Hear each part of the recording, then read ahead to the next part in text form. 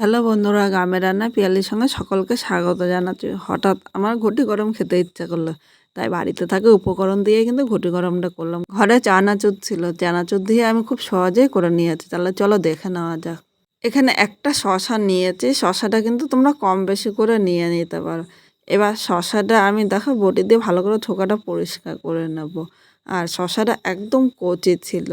এখানে শশাটা একদম পরিষ্কার করে নিয়েছি, এবার কুচি কুচি করে কেটে নেব। আর শশাটা কাটার আগে আমি ধুয়ে নিয়েছিলাম, তাই শশাটা কেটে কিন্তু আপনারা জলে ধোবেন না, তাহলে কিন্তু এর মধ্যে একটা জল জল ভাব চলে আসবে।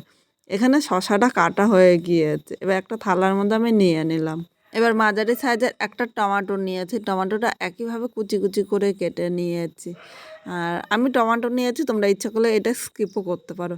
এর সাথে দুটো কাঁচা লঙ্কা নিয়েছি, কাঁচা লঙ্কাটাও কুচি কুচি করে নিলাম।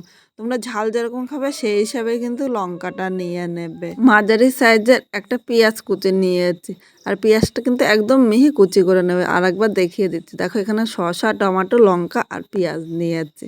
আমি কিন্তু এর সাথে আর কিছু দেব না। এবার এই জায়গায় আমি একটা ঘটি নিয়ে নিলাম। এই ঘটির মধ্যে প্রথমে টমেটোটা নিয়ে নিলাম, এরপর শসাটা নিয়েছি, এরপর কাঁচা লঙ্কা নিলাম ও পেঁয়াজ নিয়েছি। এর উপর দিয়ে আমি এক বাটি চানাচুর নিয়ে নিলাম। চানাচুরটা তোমরা কম বেশি করে কিন্তু নিয়ে নিতে পারো। এবার এখানে আমি একটা ভাজা মশলা দিলাম। এখানে জিরা, ধনে, আদা সব মশলাগুলো কিন্তু একসাথে ভেজে রেখেছিলাম। এবার এর সাথে একটু বিট লবণ দিয়ে দিলাম, কারণ বিট লবণটাই মনে হয় বেশি ভালো লাগবে খেতে। এখন এর উপর দিয়ে একটা বাটি দিয়ে ভালো করে আমি নেড়ে চেড়ে সব কিছু একসাথে মিশিয়ে নেব। এখানে দেখো সব কিছু মেশানো হয়ে গিয়েছে। এবার আমি একটা কাগজ নিয়ে নিলাম, নিয়ে এইভাবে আমি একটা ঠোঙার মতো করে নিলাম।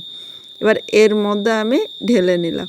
আজকে খুব সহজে কিন্তু ঘটি গরমটা করেছি। তোমাদের কীরকম লাগলো কমেন্ট করে জানাতে কিন্তু ভুলো না। নতুন কোনো বন্ধু এই ভিডিওটি দেখতে আসলে ভালো লাগলে একটা লাইক, শেয়ার ও কমেন্ট করবেন, সাবস্ক্রাইব করে পাশে থাকবেন, যাতে নতুন নতুন ভিডিও আপলোড করলে সবার আগে নোটিফিকেশান আপনার কাছে পৌঁছিয়ে যায়। পুরো ভিডিওটা দেখার জন্য তোমাদের অসংখ্য ধন্যবাদ।